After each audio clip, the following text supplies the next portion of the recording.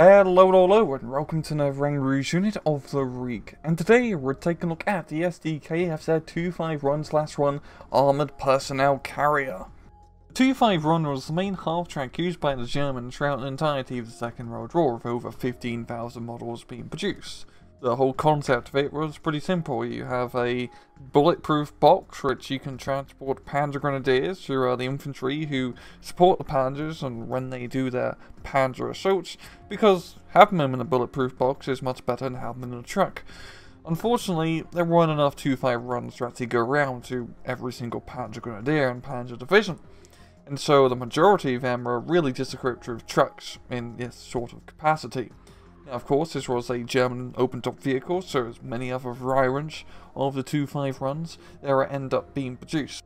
In-game, the SDKFZ 25-run/1 is a 10-point APC available to 5th Panzer, 20th Panzer, 21st Panzer, Rindound, Panzer, Hartnick, Skijäger, and 78th Sturm divisions. It is one Rappen. So for Rappenry, you've got an MG42, you have 2,100 rounds of ammunition. It's an MG42, it does MG42 things. Pretty much shoots lots of bullets really fast.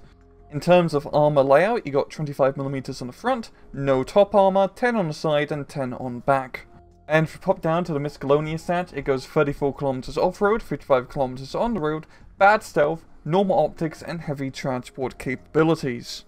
In battle, the SDKFZ 25-run/1, it's a half-track. We all know what transport half-tracks do, that they're pretty standardized in SD2 and how all of them are 10 points really.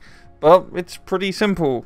You put infantry in it, you drive it to the front line, it unloads your infantry, and you got an APC with a machine gun that can help shoot at other targets. It's pretty nice to have, as it pretty much augments your infantry squad by giving them extra firepower, and an extra machine gun, especially against other infantry, is pretty good.